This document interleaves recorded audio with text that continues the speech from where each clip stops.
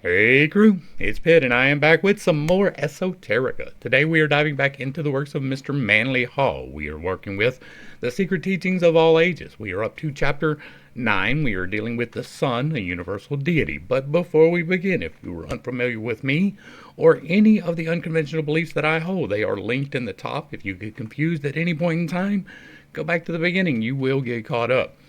With that being said, we are going to dive in and begin reading from the Sun, a universal deity. We will stop and discuss as need be as we go along. The adoration of the sun was one of the earliest and most natural forms of religious expression. Complex modern theologies are merely involvements and amplifications of the simple aboriginal belief. The primitive mind, recognizing the beneficent power of the solar orb, adored it as the proxy of the supreme deity. Concerning the origin of sun worship, Albert Pike makes the following concise statements in his Morals and Dogma. To them, aboriginal peoples, he, the sun, was an innate fire of bodies, the fire of nature, author of life, heat, and ignition. He was to them the efficient cause of all generation, for without him there was no movement, no existence, and no form. He was to them immense, indivisible, imperishable, and everywhere present. It was their need of light and of his creative energy that was felt by all men, and nothing was more fearful to them than his absence. His beneficent influences caused his identification with the principle of good, and the Brahma of the Hindus, the Mithras of the Persians, and Athom, Amun, Ptah, and Osiris of the Egyptians, the Bel of the Chaldeans, and the Adonai of the Phoenicians, the Adonis and Apollo of the Greeks, became but personifications of the sun, the regenerating principle, image of that fecundity which perpetuates and rejuvenates the world's existence. Among all the nations of antiquity, altars, mounds, and temples were dedicated to the worship of the orb of day. The ruins of these sacred places yet remain, notable among them being the pyramids of Yucatan in Egypt, the snake mounds of the American Indians, the ziggurats of Babylon and Chaldea, the round towers of Ireland, and the massive rings of uncut stone in Britain and Normandy. The Tower of Babel, which, according to the scriptures, was built so that a man might reach up to God, was probably an astronomical observatory.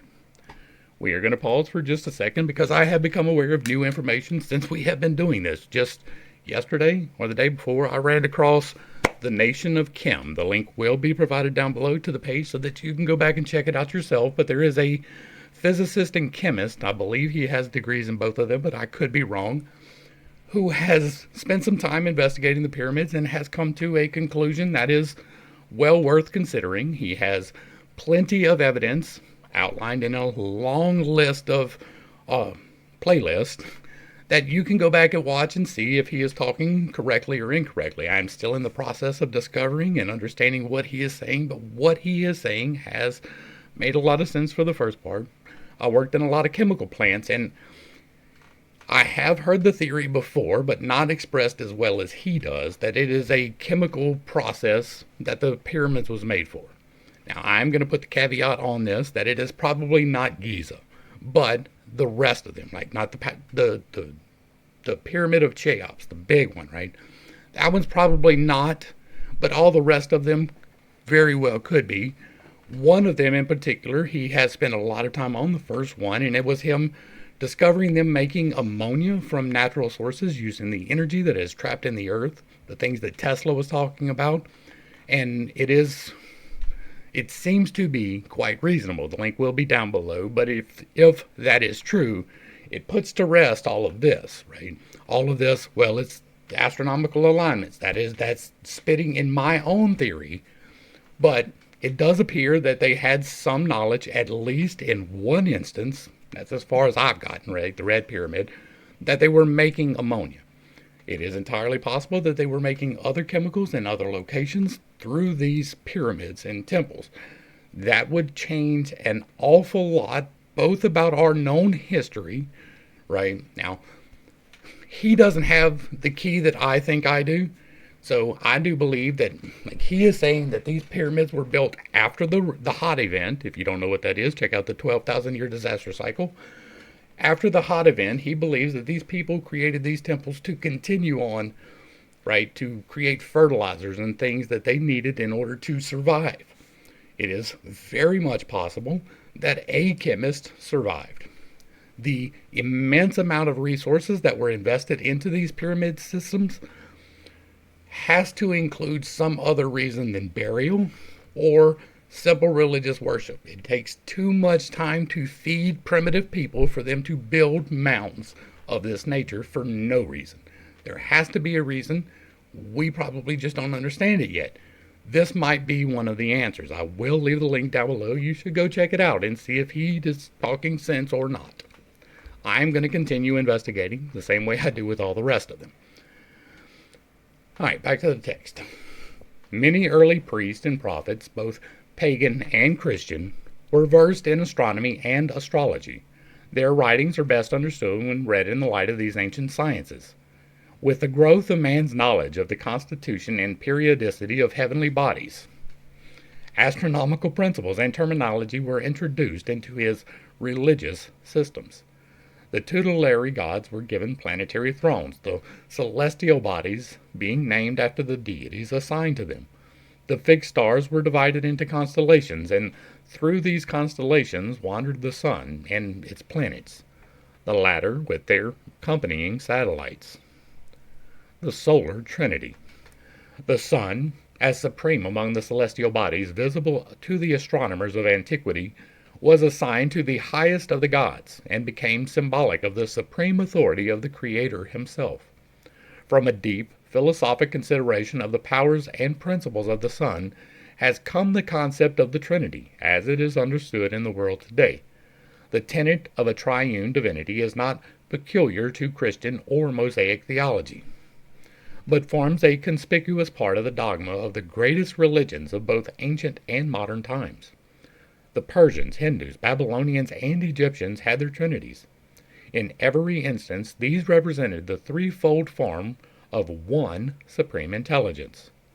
In modern Masonry, the deity is symbolized by an equilateral triangle, its three sides representing the primary manifestations of the Eternal One, who is himself represented as a tiny flame, called by the Hebrews Yod.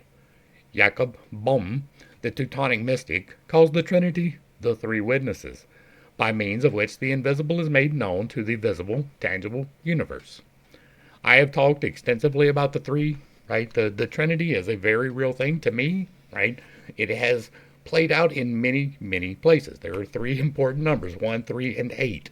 3 being the Trinity. It is the meat suit, it is the soul that makes the decisions, and it is the being, the becoming of the Holy Spirit and the fire of the mercurial, right? This, to me, is self-evident the more I look into it. It's not if you don't know about it. Right? If you're not paying attention, then you won't see it. But we do see repeated a lot of times. Those three numbers, 1, 3, and 8, are very important. That is the number of manifestation, which we have gone into in another video, and we will get into in yet another video. The origin of the Trinity is obvious to anyone who will observe the daily manifestations of the sun. This orb, being the symbol of all light, has 3 distinct phases: rising, midday, and setting. The philosophers therefore divided the life of all things, into 3 distinct parts: growth, maturity, and decay. Between the twilight of dawn and twilight of evening is the high noon of resplendent glory. God the Father, the creator of the world, is symbolized by the dawn. His color is blue because the sun rising in the morning is veiled in blue mist. God, the Son, the illuminating one, sent to bear witness of his Father before all the worlds, is the celestial globe at noonday, radiant and magnificent, the maned Lion of Judah, the golden-haired Savior of the world. Yellow is his color, and his power is without end.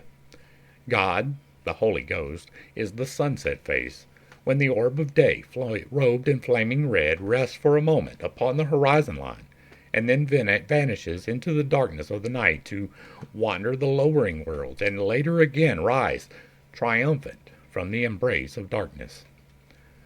To the Egyptians, the sun was a symbol of immortality, for while it died each night, it rose again with each ensuing dawn.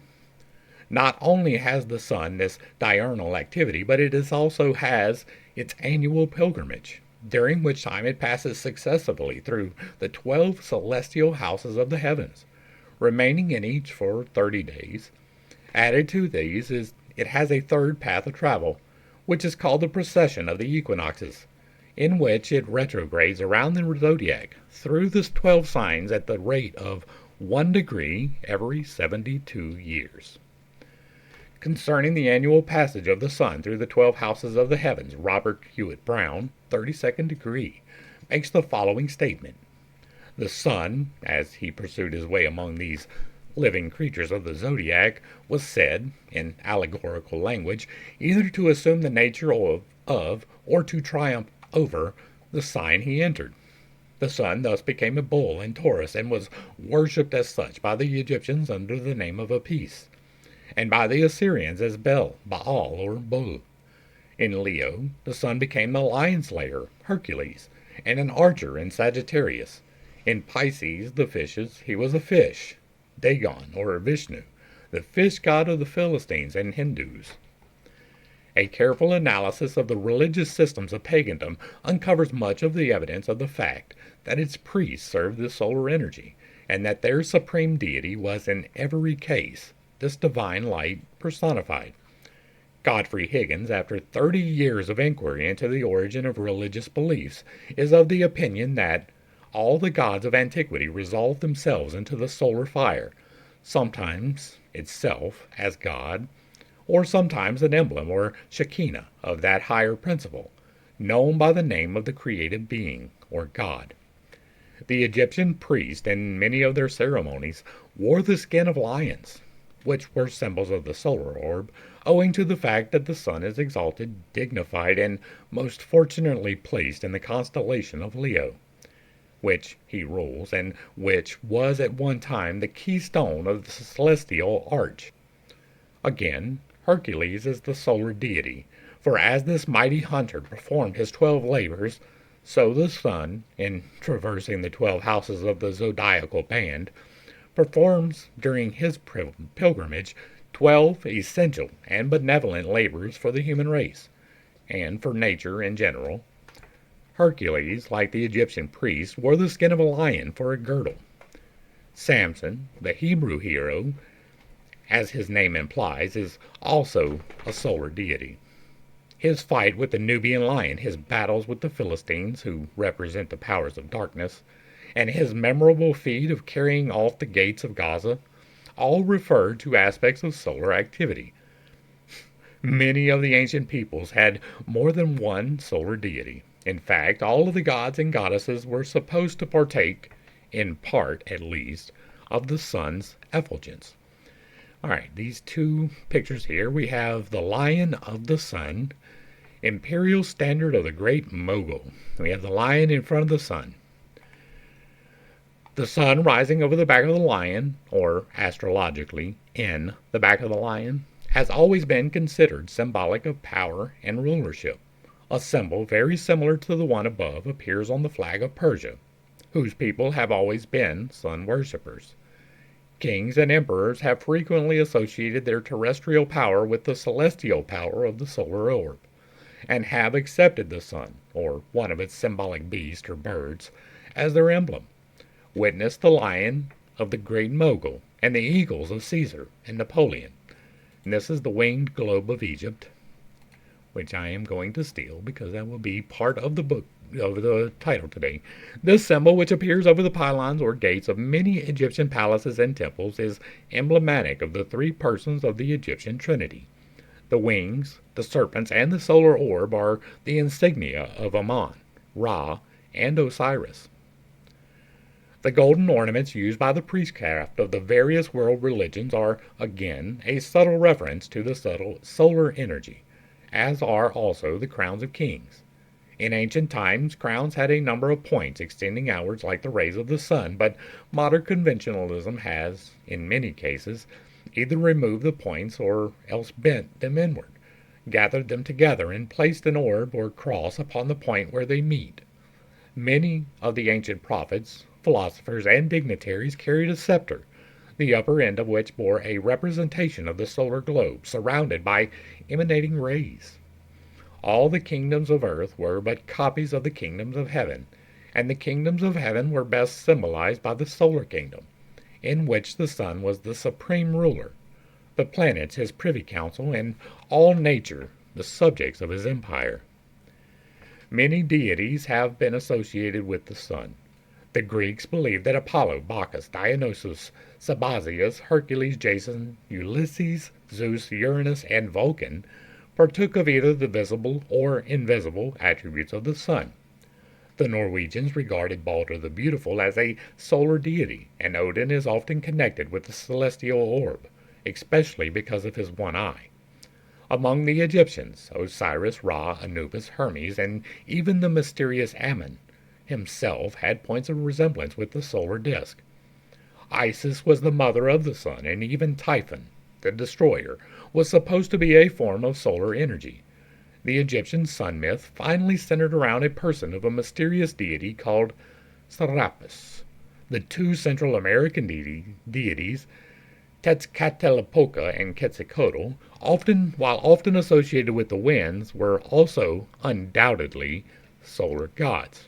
Now, a good deal of this is insertion through intelligence, right? So you are assuming that they were less intelligent and that you are more intelligent, so therefore anything resembling a sun in their worship automatically makes everything they do sun worship.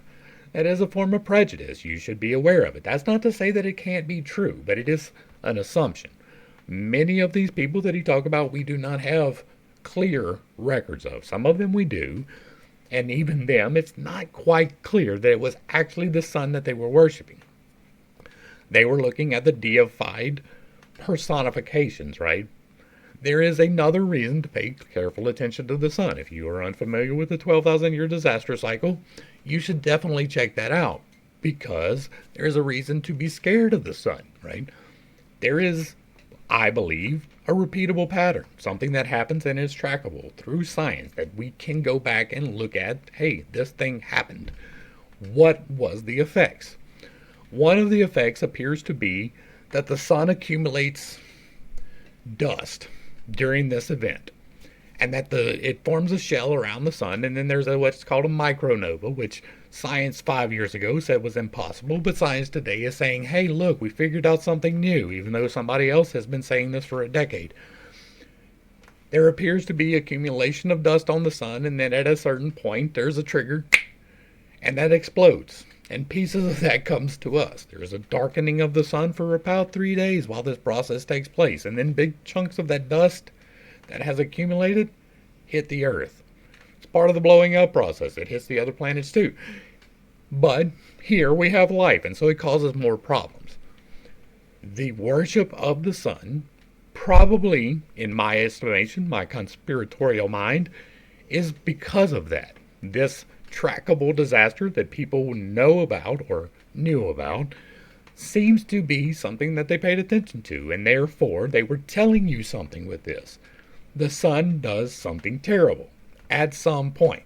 You should definitely check out the 12,000-year disaster cycle, or Suspicious Observers, or the Thunderbolt Project.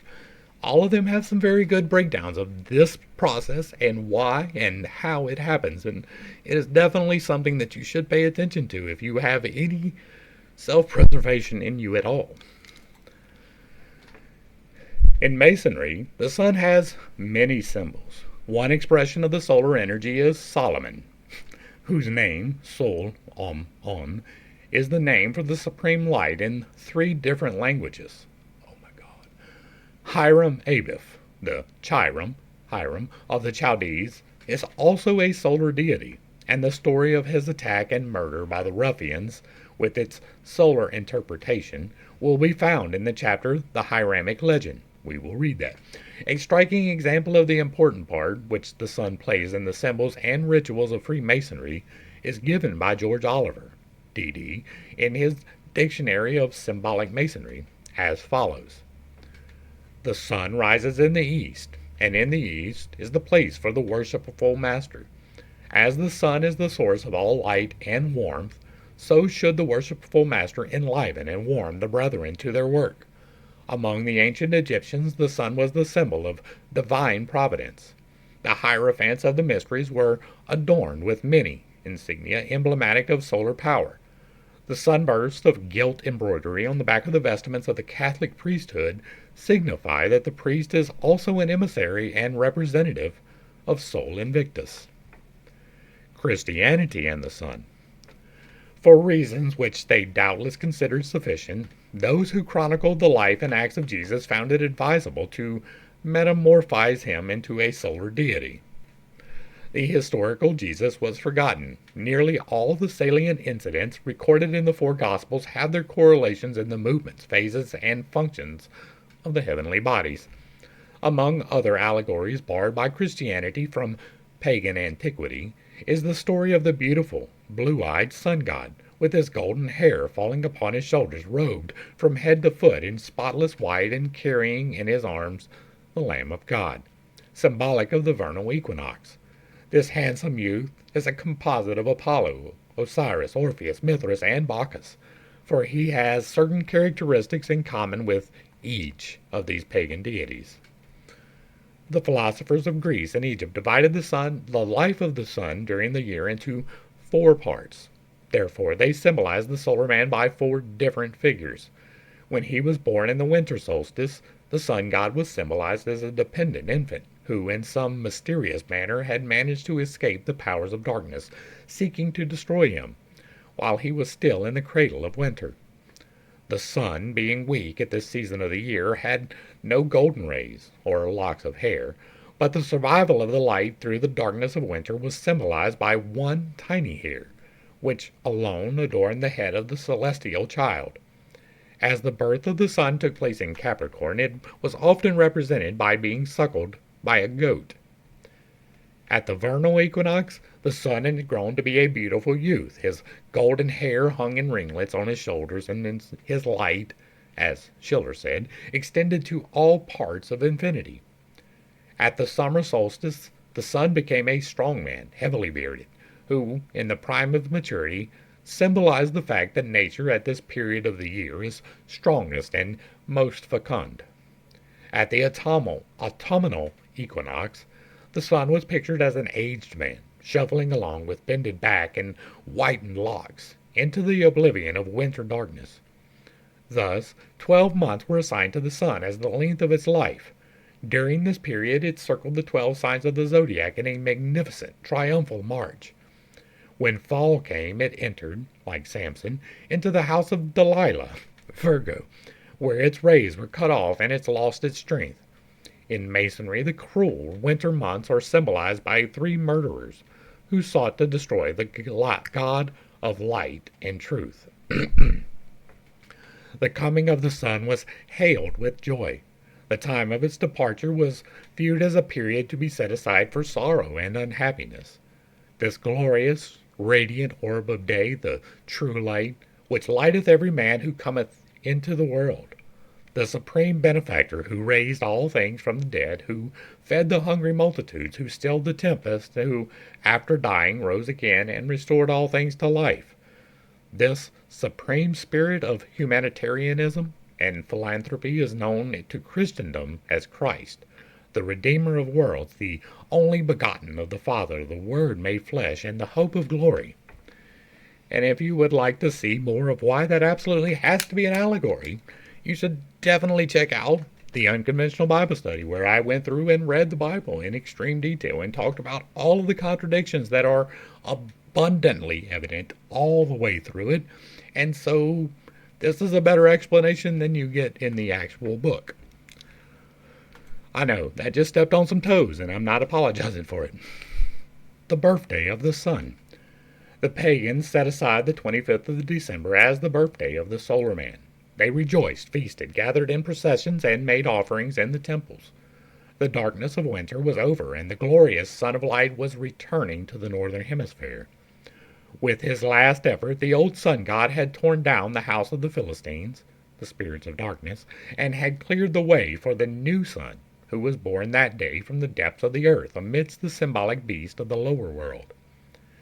Concerning this season of celebration, an anonymous master of arts of Balliol College, Oxford, in his scholarly treatise, Mankind, Their Origin and Destiny, says, "The Romans also had their solar festival and their games of the circus, in honor of the birth of the god of day. It took place the 8th day before the calends of January, that is, on December 25th. Servius, in his commentary on verse 720 of the 7th book of the Aeneid, in which Virgil speaks of the new sun, says that, properly speaking, the sun is new on the 8th of the calends of January, that is, December 25th, in the time of Leo I, Leo, Serm, 21, D native, Dom, P. 148. Some of the fathers of the church said that what rendered the festival of Christmas venerable was less the birth of Jesus Christ than the return, and they expressed it, the new birth of the sun. It was on the same day that the birth of the invincible sun, Natalis Solis Invicti, was celebrated at Rome, as can be seen in the Roman calendars, published in the reign of Constantine and of Julian.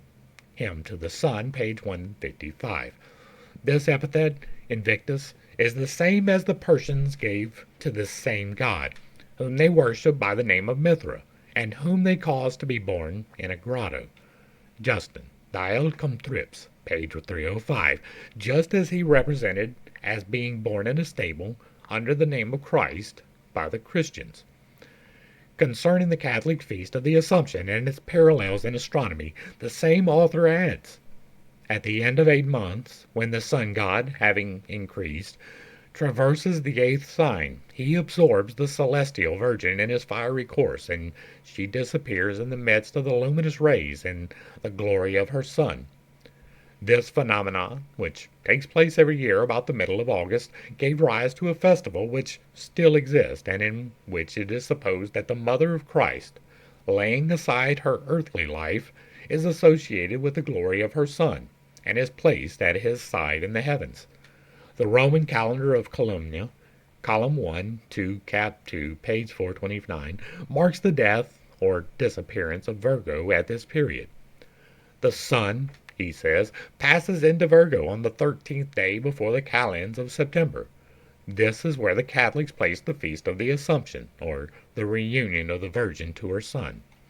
This feast was formerly called the Feast of Passage of the Virgin, Beau Sobre, Tome 1, page 350, and in the Library of the Fathers, Bibliography, Volume 2, Part 2, page 212, we have an account of the Passage of the Blessed Virgin.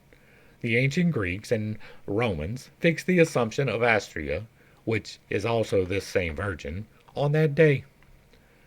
The Virgin Mother, giving birth to the sun god, which Christianity has so faithfully preserved, is a reminder of the inscription concerning her Egyptian prototype, Isis, which appeared on the temple of Sais.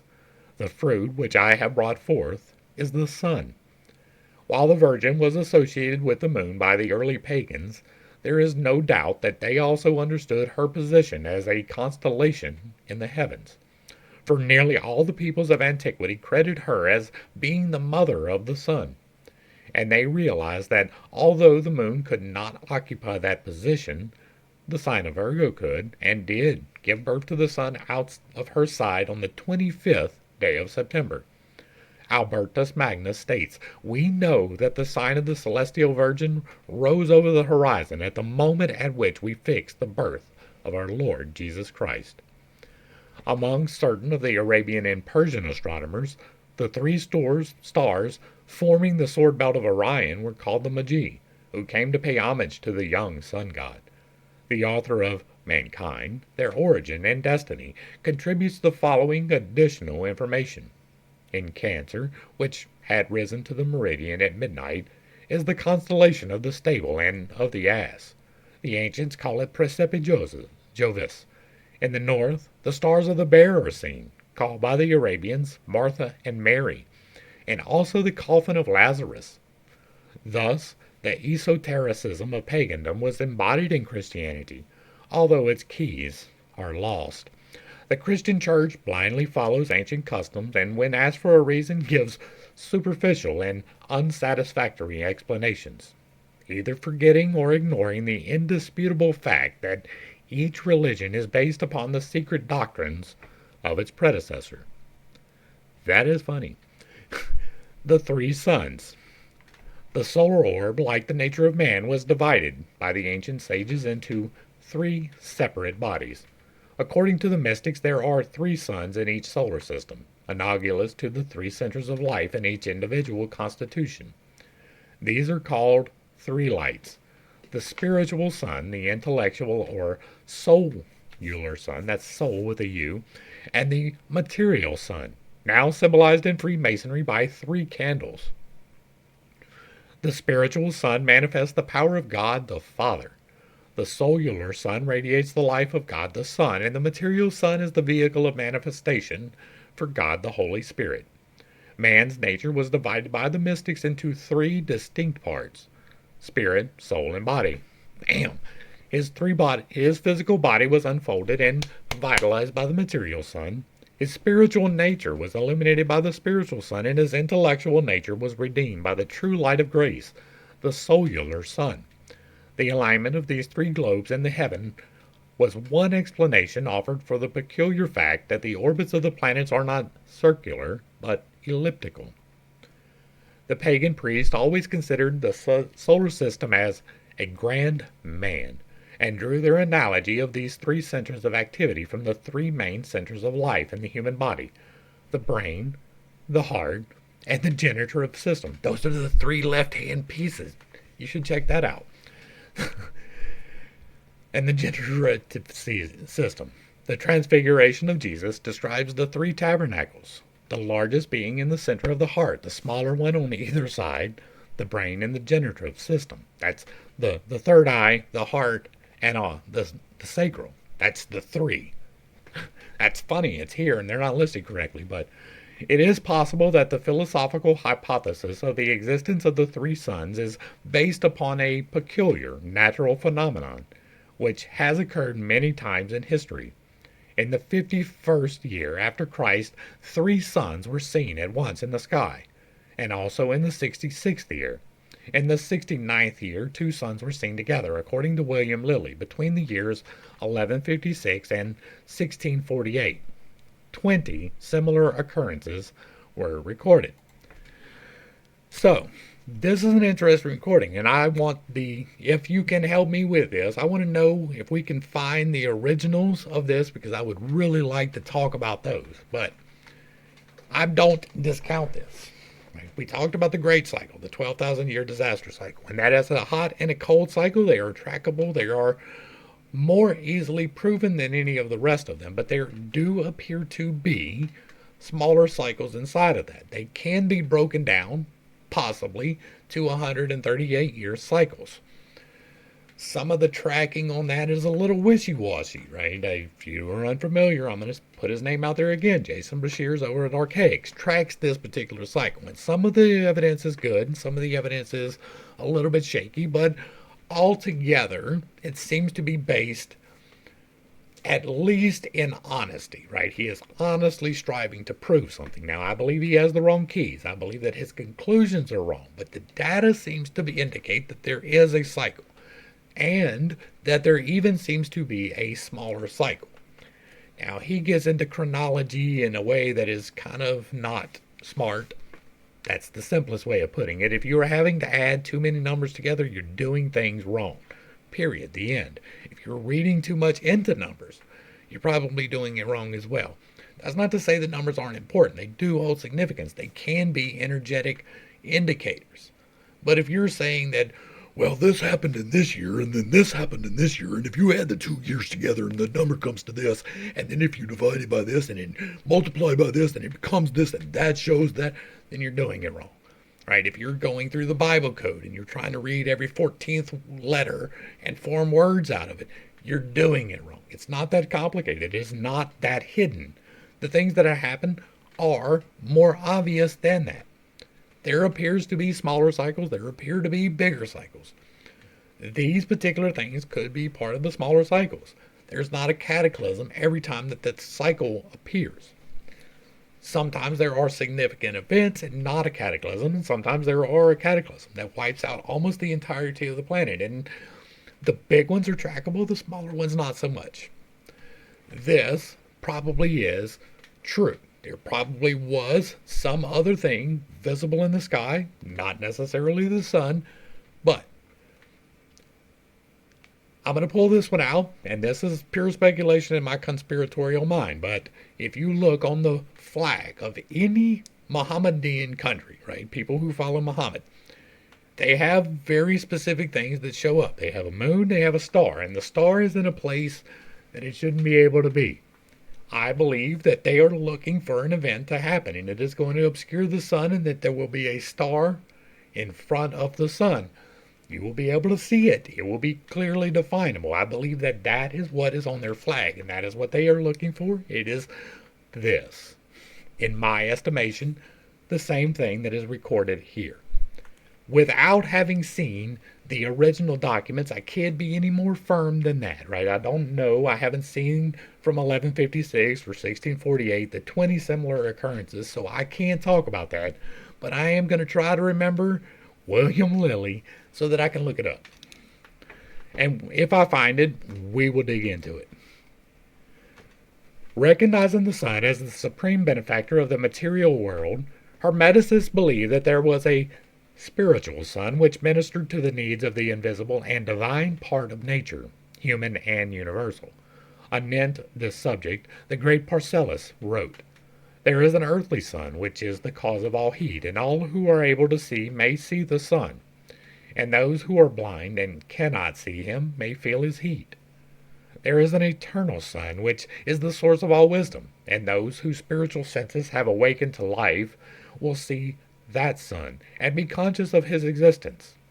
But those who have not attained spiritual consciousness may yet feel his power by an inner faculty which is called intuition." Certain Rosicrucian scholars have given special appellations to these three phases of the sun. The spiritual sun they call Vulcan, the solar and intellectual sun, Christ and Lucifer respectively, and the material sun, the Jewish demiurgus, Jehovah. Lucifer, here, represents the intellectual mind without the illumination of the spiritual mind. Therefore it is the false light. The false light is finally overcome and redeemed by the true light of the soul, called the second Logos or Christ. The secret processes by which the Luciferian intellect is transmuted into the Christly intellect constitute one of the great secrets of alchemy, and are symbolized by the process of transmuting base metals into gold. In the rare treatise, The Secret Symbols of the Rosicrucians, Franz Hartmann defines the sun alchemically as the symbol of wisdom, the center of power or heart of things. The sun is the center of energy and a storehouse of power. Each living being contains within itself a center of life, which may grow to be a sun. In the heart of the regenerated, the divine power, stimulated by the light of Logos, grows into a sun which illuminates his mind. In a note, the same author amplifies his description by adding, "The terrestrial sun is the image or reflection of the invisible celestial sun. The former is in the realm of spirit, what the latter is in the realm of matter, but the latter receives its power from the former." In the majority of cases, the religions of antiquity agree that the material visible sun was a reflector rather than a source of power. The sun was sometimes represented as a shield carried on the arms of the sun god, for example, Frey, the Scandinavian solar deity. The sun reflected the light of the invisible spiritual sun, which was the true source of life, light, and truth. The physical nature of the universe is receptive. It is a realm of effects. The invisible causes of these effects belong to the spiritual world. Hence, the spiritual world is the sphere of causation. The material world is the sphere of effects, while the intellectual or soul world is the sphere of meditation. Thus, Christ, the personified higher intellect and soul nature, is called the mediator, who, by virtue of his position and power, says, "No man cometh to the Father but by me." What the sun is to the solar system, the spirit is to the bodies of man, for his natures, organs, and functions are as planets, surrounding the central life, or sun, and living upon its emanations. The solar power in man is divided into three parts, which are termed the threefold human spirit of man. All three of these spiritual natures are said to be radiant and transcendent. United, they form the divinity in man. Man's threefold lower nature, consisting of his physical organism, his emotional nature, and his mental faculties, reflects the light of his threefold divinity and bears witness of it in the physical world. Man's three bodies are symbolized by an upright triangle, his threefold spiritual nature by an inverted triangle. These two triangles, when united in the form of a six-point star, were called by the Jews the Star of David, the signet of Solomon, and are more commonly known today as the Star of Zion.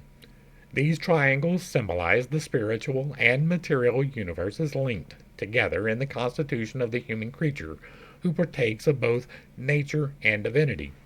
Man's animal nature partakes of his earth, and his divine nature of the heavens. His human nature is the mediator. And we are going to break real quick to talk about the seven, or the eight, because there are seven who are eight, right? You have seven internal chakras. You have the base, the sacral, the solar plexus, the heart, the throat, the third eye, the crown, and then you have access to the divine, which is the eighth. But the seven internal are broken into three pieces. You have the lower, which is the base, the sacral, and the solar plexus, and these are the animalistic natures. They represent anger and lust and greed. And then you have your heart, which is the humanity and represents love and a great deal. And then you have the throat, the third eye, and the crown, which represent man's divine nature. In these, you have some that go to the right and some that go to the left. The sacral, the heart, and the third eye go to the left. The others go to the right, with the exception of the divine. The divine also goes to the left. That is the left-hand path that I was alluding to earlier, right? The three pieces on the left-hand side. This is signified by this particular shape, right? It is not exclusive to any religion whatsoever. It is one of the universal truths. That particular symbol holds the three base, the three spiritual, held together by the point that is the heart, right? So you have six outside points and a singular interior point that makes 7 points in the six-pointed star. And then you have the eighth, which encompasses all of them. The points on the left are represented by your heart. Well, your heart's in the middle, but the left hand is the third eye and the sacral, and the right hand is the base. It is the solar plexus. It is the throat and the crown. These are all right and left-handed pieces. The left-handed pieces are the active pieces where you can actually do manifestation with. The right-handed pieces are the amplifications, which take the energy which you are trying to invest and amplify them and correctly align them for manifestation, according with the 8 laws of creation, which is extremely important if you're going to attempt to manipulate any type of energy. Watch at least that video first. Okay, now, next up, we will be doing another video which will deal with that more, right, when we get to the practicality of manifestation. I am still working out the mechanics of that in particular before I relay them. The celestial inhabitants of the sun.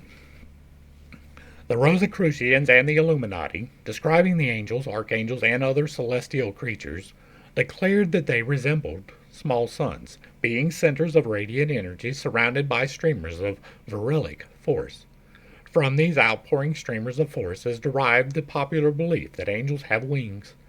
These wings are corona-like fans of light by means of which the celestial creatures propel themselves through the subtle essences of superphysical worlds. True mystics are unanimous in their denial of the theory that the angels and archangels are human in form, as is so often pictured. A human figure would be utterly useless in the ethereal substances through which they manifest. Science has long debated the probability of the other planars being inhabited.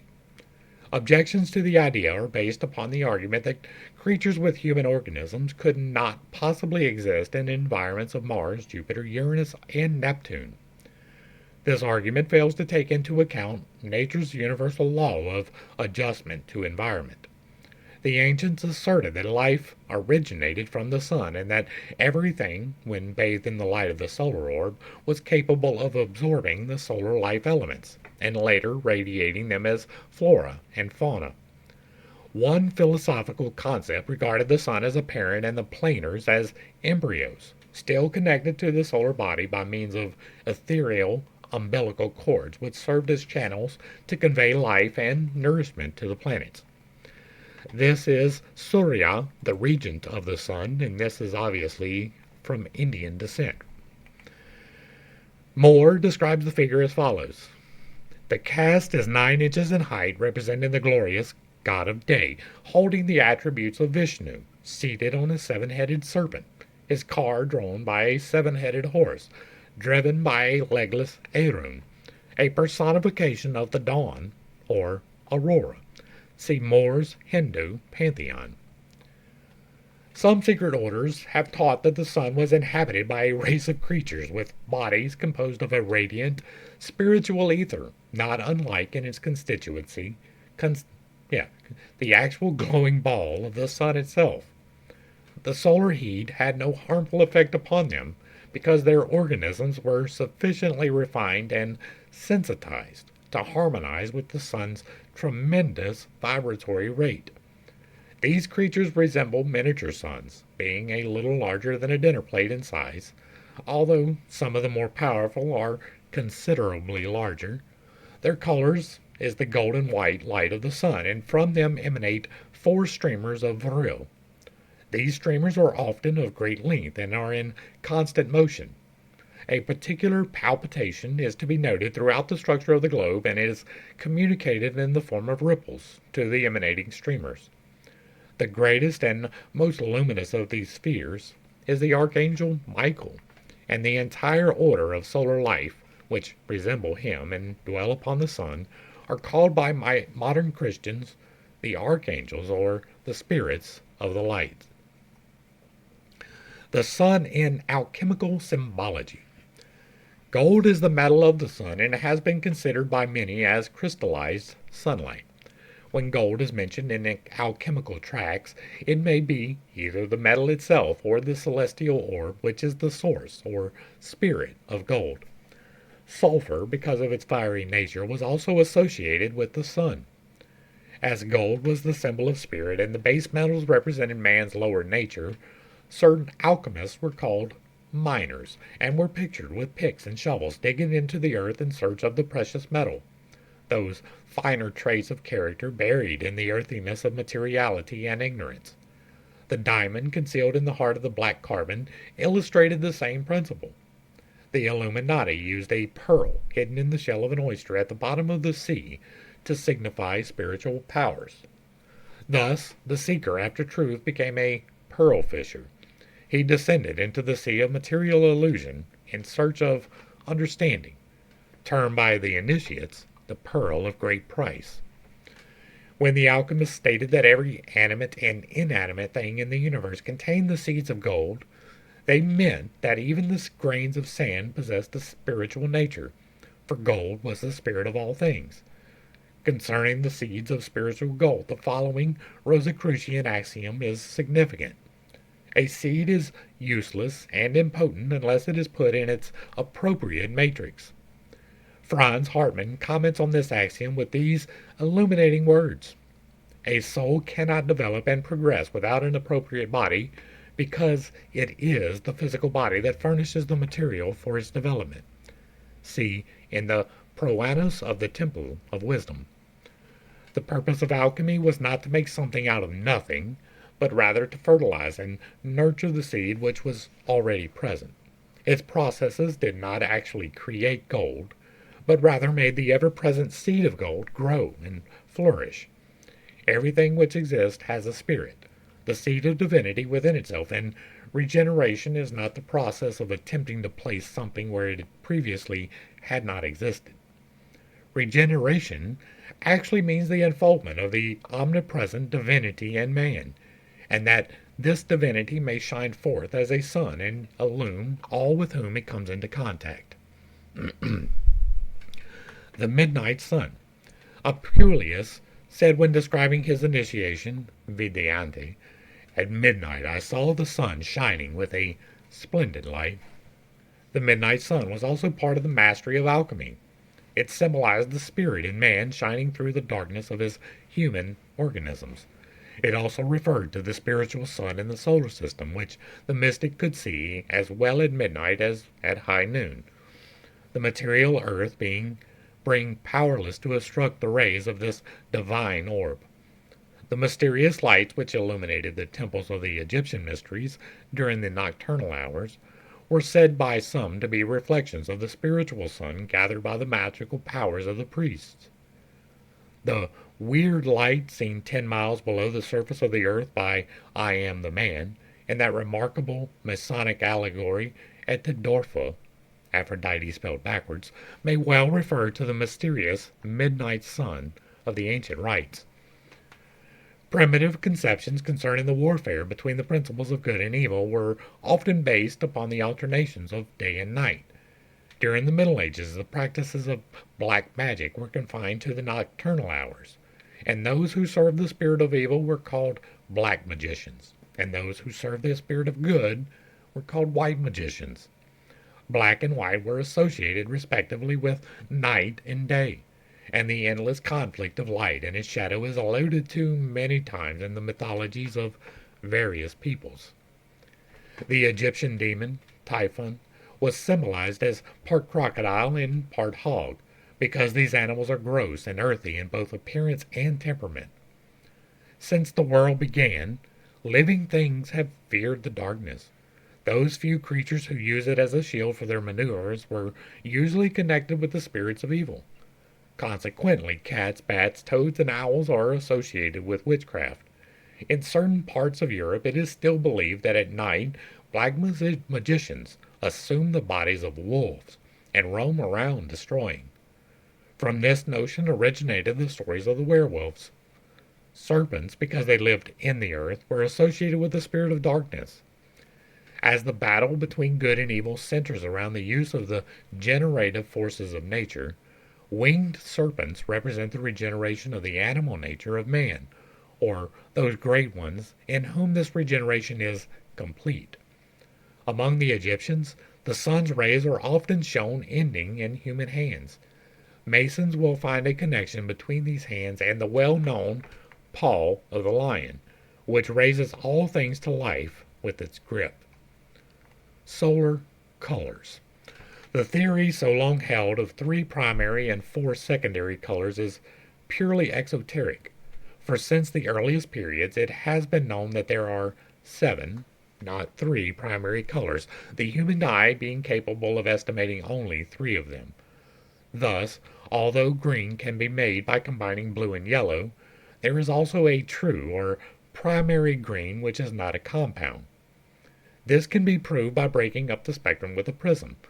Helmholtz found that the so-called secondary colors of the spectrum could not be broken up into their supposed primary colors.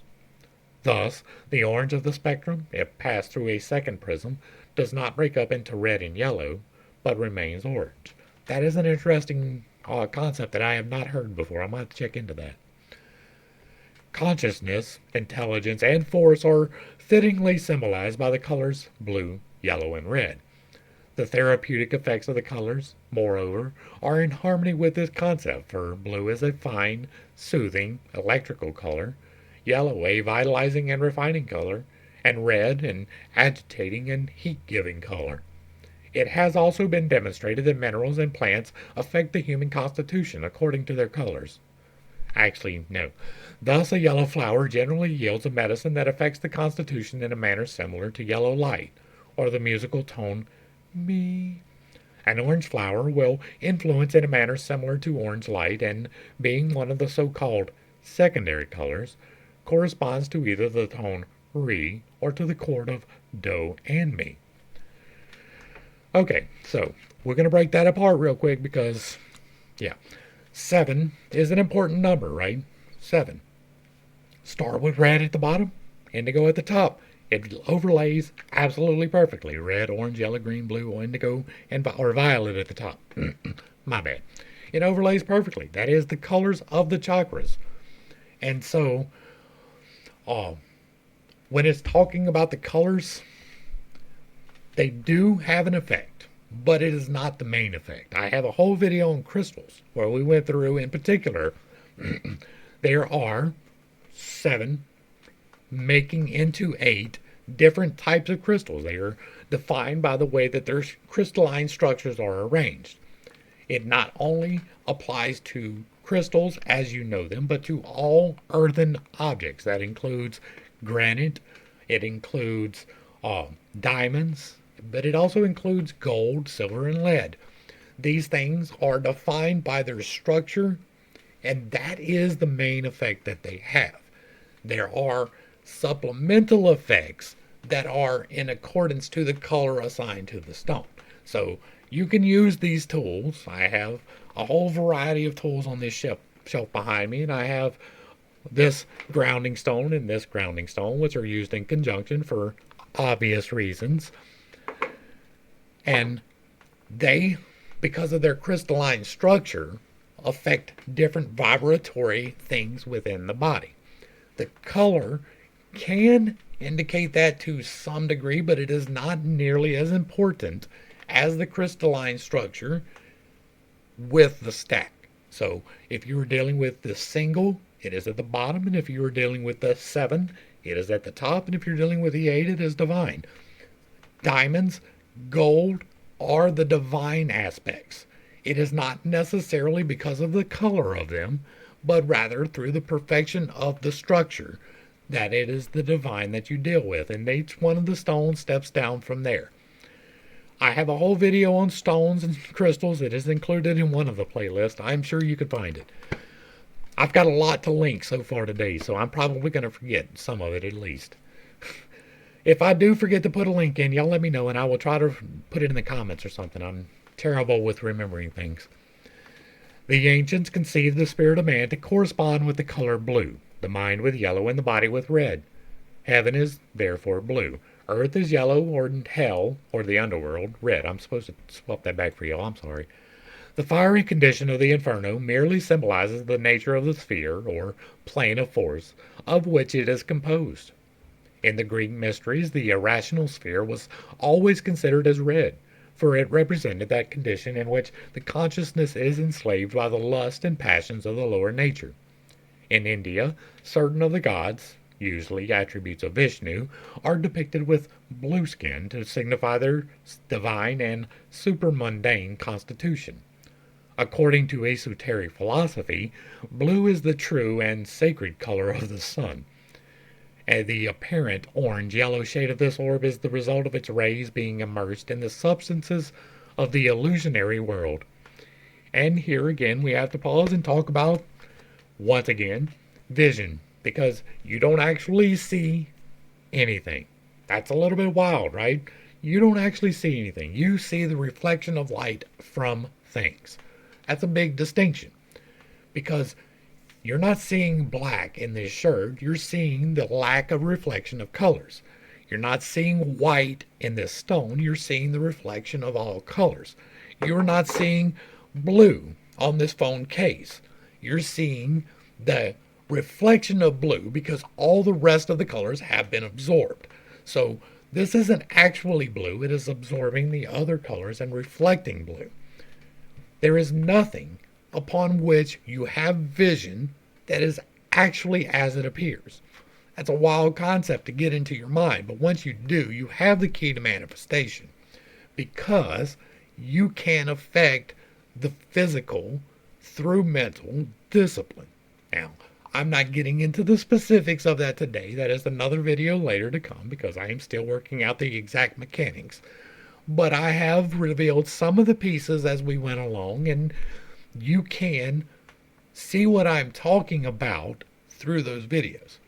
You don't actually see anything, you merely see the reflection of them. And your eyes do not just absorb light, but they reflect, or they emit light, not reflect. They emit light from within you, and that goes out and creates the world that you see. It is that mingling of what is reflected from there and what you project from here that becomes the reality of what you are. That is why you will see what you expect to see and you will miss the things you are not expecting to see. That can be played out in a myriad of ways, but one particular one is if you're not looking for an assassin on the roof, you might miss the assassin on the roof. All right, one more. I think we're almost done here. In the original symbolism of the Christian church, colors were of first importance, and their use was regulated according to carefully prepared rules. Since the Middle Ages, however, the carelessness with which colors have been employed has resulted in the loss of their deeper emblematic meanings. In its primary aspect, white, or silver, signified life, purity, innocence, joy, and light. Red, the death and suffering and death of Christ and his saints, and also divine love, blood, and warfare or suffering. Blue, the heavenly sphere and the states of godliness and contemplation. Yellow or gold, glory, fruitfulness, and goodness. Green, fecundity, youthfulness, and prosperity. Violet, humility, deep affection, and sorrow. Black, death, destruction, and humiliation. In early church art, the colors of robes and ornaments also reveal whether a saint had been martyred, as well as the character of the work that he had done to deserve canonization. In addition to the colors of the spectrum, there are a vast number of vibratory color waves, some too low and others too high to be registered by the human optical apparatus. It is appalling to contemplate man's colossal ignorance concerning these vistas of abstract space. As in the past, man explored unknown continents. So in the future, armed with curious implements fashioned for the purpose, he will explore these little-known fastnesses of light, color, sound, and consciousness. And the final image is the solar face. The corona of the sun is here shown in the form of a lion's mane. This is a subtle reminder of the fact that at one time the summer solstice took place in the sign of Leo, the celestial lion. And so we end chapter 9, which we got a good bit of information out of this one. I'm trying not to put in parts that I don't understand and trying to put in the parts that I do understand. And so when I talk about these things, it can be a little bit off-putting, right? There are things that I ignore because I don't fully comprehend them, right? If I don't have the knowledge, I'm not trying to pass it on. There are things in here that I have knowledge on and I don't know the correct way to pass it on yet. And that's what I'm working on for the manifestation video. But hopefully, I brought a little bit of enlightenment and not too much confusion to a set of somewhat difficult topics. The sun, in and of itself, is not a worship-worthy thing. I'm sorry if that upsets you, but it's whatever. God is beyond the simplicity of a sun. Now, I say that knowing full well that we do not fully understand the sun. We don't understand how it works. It is obviously not a ball of fire. It is quite probably not even the fusion that we have been led to believe. It is most likely a energetic reflection point for solar energy through plasmic discharge, which is a little bit complicated way to saying that it is the receiving and sending on point of energy from somewhere else. How exactly that mechanic works, I cannot tell you because I am not nearly mathematically qualified for that. But it does appear that it is not what we have thought it was. The magnetic influences, the solar spots and coronas, the way that it affects our Earth in very direct ways, seems to imply that there is more to the relationship than what we understand. It is reasonable to assume that primitive people would indeed worship the sun.